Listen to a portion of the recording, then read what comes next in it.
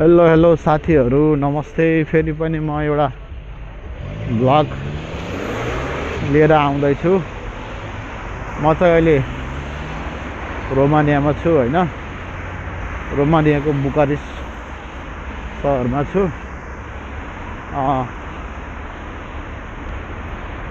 अब हुन त विदेश नजाने साथीहरू त नेपालमा कमै मात्र होलान् है।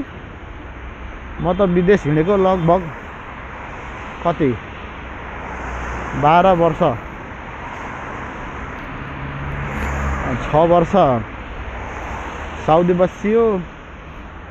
अनि त्यसपछि फेरि 6 वर्ष दुबई बसियो हैन। दुबई भन्छन् अब यही हो, युनाइटेड अरब इमिरेट्स हो। दुबईको बारेमा भन्नुपर्दाखेरिमा चाहिँ त्यहाँ चाहिँ 6वटा स्टेट्सहरू छ हैन। हाम्रो प्रदेश भने जस्तै 1 नम्बर 2 नम्बर त्यही मध्ये चाहिँ एउटा स्टेट चाहिँ दुबई हो है। प्रायःले दुबई भनेर चिन्छन्। त्यही भएको कारणले त्यहाँ म 6 वर्ष बसेँ। अनि फेरि युरोप जान मन लाग्यो हैन। अनि त्यसपछि युरोप जाने क्रममा चाहिँ म अहिले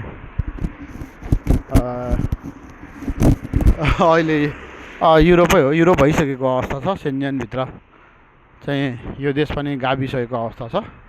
त्यो रोमानिया, देशको नाम चाहिँ रोमानिया हो। त्यही मध्येमा बुकारेस्ट भनेको चाहिँ एउटा यहाँको चाहिँ स्टेट हो हैन। बुकारेस्ट सहरमा पर्छ।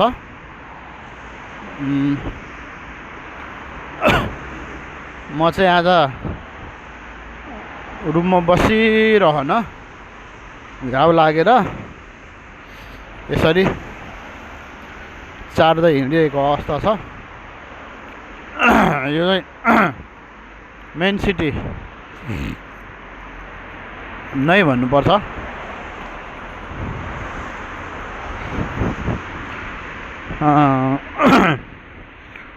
यसरी चाहिँ मेन सिटीमा छु आज चाहिँ घुम्ने क्रममा। सानो छोटो भिडियो बनाऊँ भनेर है। यहाँको बारेमा, यो देशको बारेमा भन्नुपर्दा यहाँ चाहिँ प्राय यहीँको भाषा भनौँ न रोमेनियन भाषा नै बोल्ने चलन छ। बोल्दा चाहिँ इङ्ग्लिस पनि बोल्छन् यहाँका मान्छेहरू। प्राय गरी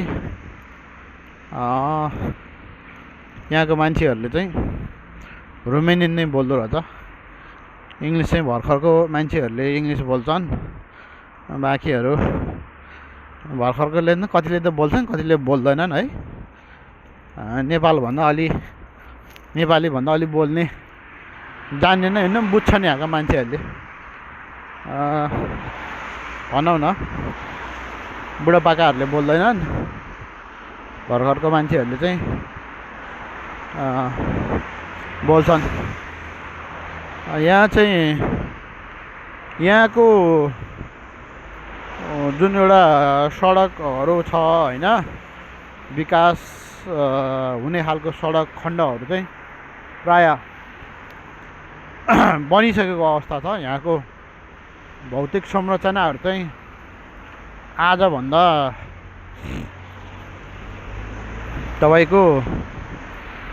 आजभन्दा कति वर्ष, आजभन्दा धेरै पहिलादेखि नै यो ठाउँ चाहिँ बनिसकेको जस्तो मलाई लाग्छ। यहाँको संरचनाहरू देख्दा हैन, भौतिक संरचनाहरू देख्दा चाहिँ पहिला नै बनिसकेको जस्तो देखिन्छ।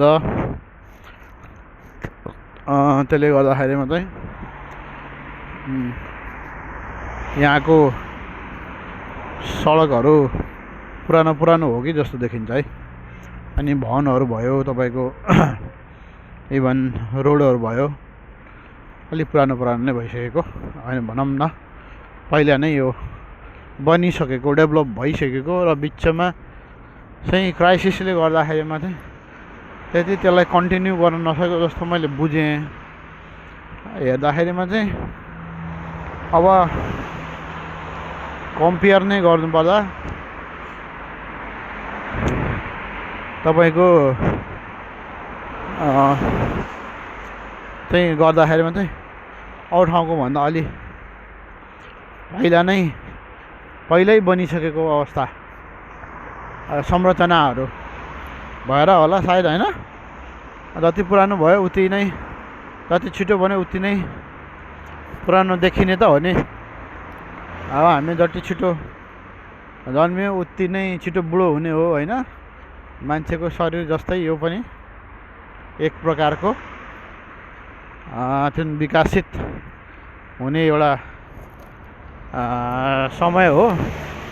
त्यस कारणले गर्दाखेरिमा चाहिँ यहाँ चाहिँ प्रायः यहाँको टेम्परेचर चाहिँ -2, 3 होइन 14-15सम्म जान्छ भनेको थिएँ। अस्तिसम्म 13मा 8 कतिसम्म मैले अनुभव गर्न पाएँ। त एकदम बेसी चिसो हुन्छ है। बाहिर काम गर्नेहरूको लागि त झनै मर्नु हुन्छ हौ यहाँ त। एकदमै त्यो कसो भन्नेलाई जाडो हुन्छ। त्यस कारणले गर्दाखेरिमा चाहिँ अलिकति हामीले ख्याल त गरेर चाहिँ हिँड्नुपर्छ है साथीहरू। म चाहिँ आज यसो घुमफिर पनि गरौँ अनि यतातिरको माहौल पनि हेरौँ भन्ने हिसाबले चाहिँ यहाँ आएको। गाडीले गर्दाखेरिमा एकदमै सुन्न समस्या भइरहेको अवस्था छ। अब भिडियोलाई अलि उता पर गएपछि चाहिँ कन्टिन्यू गर्छु म। यस्तो छ।